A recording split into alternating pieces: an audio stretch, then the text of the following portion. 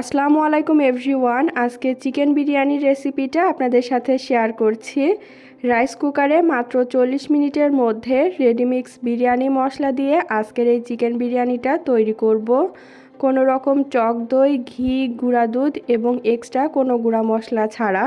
তাহলে ভিডিওটি দেখে নেওয়া যাক। চিকেন বিরিয়ানি তৈরি করার জন্য প্রথমে একটা রাইস কুকার আমি গরম করে নিলাম। এখন রাইস কুকারের হাঁড়ির মধ্যে দিয়ে দিলাম আধা কাপ রান্নার তেল। তেলটা গরম হয়ে গেলে তেলের মধ্যে 1 কাপ দিয়ে দিলাম কুচি করে কেটে নেওয়া পেঁয়াজ। এখন একটা কাঠের চামচ দিয়ে আমি পেঁয়াজটাকে নেড়েচেড়ে ভেজে নিব। পেঁয়াজটা যখন হালকা ভাজা হয়ে যাবে তখন রাইস কুকারের যে সুইচ সেটা একাই উঠে যাবে। তারপরে পেঁয়াজটাকে আরও কিছুক্ষণ ভেজে নিতে হবে। পেঁয়াজটা হালকা বাদামি রং হয়ে গেলে এর মধ্যে দিয়ে দিলাম মুরগির মাংস। এখানে 1 প্যাকেট বিরিয়ানি মশলার জন্য 1 কেজি পরিমাণ মুরগির মাংস আর আধা কেজি পরিমাণ পোলাওয়ের চাল ব্যবহার করতে হবে। প্রথমেই পেঁয়াজের সাথে মাংসটাকে কিছুক্ষণ নেড়ে চেড়ে নিলাম।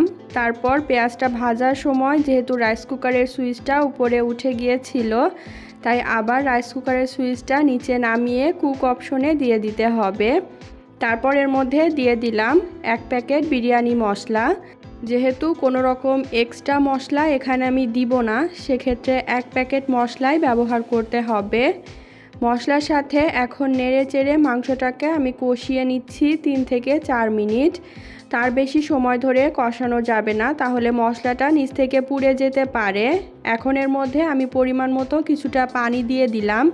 এতে মাংসটা যেমন কষানো হবে তেমনি মাংসটা 50% সিদ্ধ হয়ে যাবে।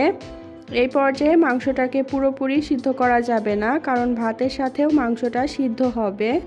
এখন মাংসটা 50% সিদ্ধ হয়ে যখন পানিটা প্রায় শুকিয়ে যাবে তখন ঢাকনাটা উঠিয়ে নিলাম। আবার সব কিছু একসাথে নেড়ে চেড়ে কিছুক্ষণ কষিয়ে নিচ্ছি। তারপরের মধ্যে পানি দিয়ে দিব। 2 কাপ চালের জন্য মোট 4 কাপ পানি দিলেই হবে। তারপরে পানিটা দিয়ে নেড়েচেড়ে মিশিয়ে ঢাকনা দিয়ে ঢেকে রেখে দিব যতক্ষণ না পর্যন্ত পানিতে একটা বলক চলে আসছে। পানিতে বলক চলে আসলে ঢাকনাটা উঠিয়ে নিলাম। আর একবার সব কিছু একটু নেড়েচেড়ে মিশিয়ে দিব। এখন এর মধ্যে দিয়ে দিচ্ছি কয়েকটা আস্ত কাঁচামরিচ। সেই সাথে দিয়ে দিব 2টা মিডিয়াম সাইজের আলুটাকে মোটা করে কেটে নিয়েছি। 1 টেবিল চামচ দিয়ে দিলাম কেওড়া জল। সেই সাথে দিয়ে দিলাম স্বাদ অনুযায়ী লবণ আর 2 কাপ পোলাওয়ের চাল। চালটাকে ভালোভাবে ধুয়ে একটা ছাঁকনিতে পানিটা ঝরিয়ে নিয়েছি। এবার সব কিছু একসাথে আরেকবার মিশিয়ে ঢাকনা দিয়ে ঢেকে রেখে দিব যতক্ষণ না পর্যন্ত এই চালটা পুরোপুরি প্রায় সিদ্ধ হয়ে যাচ্ছে।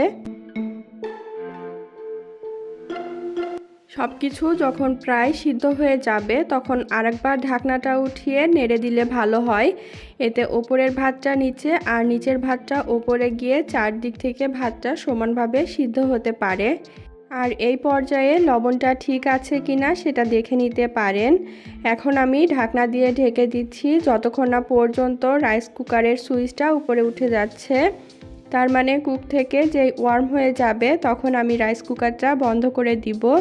আর এইভাবেই দমে দিব আরও 10 মিনিট। তারপর আমি রাইস কুকারের হাঁড়ির ঢাকনাটা উঠিয়ে নিচ্ছি।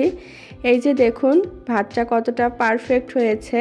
এখন চিকেন বিরিয়ানিটা আমি একটা সার্ভিং প্লেটে সার্ভ করে নিব। যারা নতুন রাঁধুনি এবং ব্যাচেলার আছেন আর যাদের কাছে বিরিয়ানি রান্না করাটা অনেক বেশি কঠিন মনে হয়, তারা এইভাবে খুবই সহজেই অল্প উপকরণে বিরিয়ানিটা রান্না করে নিতে পারেন।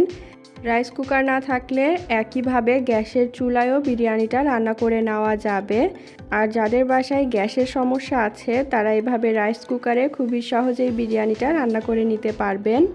আজ এ পর্যন্তই। ভিডিওটা ভালো লাগলে অবশ্যই চ্যানেলটাকে সাবস্ক্রাইব এবং পেজটাকে ফলো করে দিবেন আর ভিডিওতে একটা লাইক দিয়ে দিবেন। আল্লাহ হাফেজ।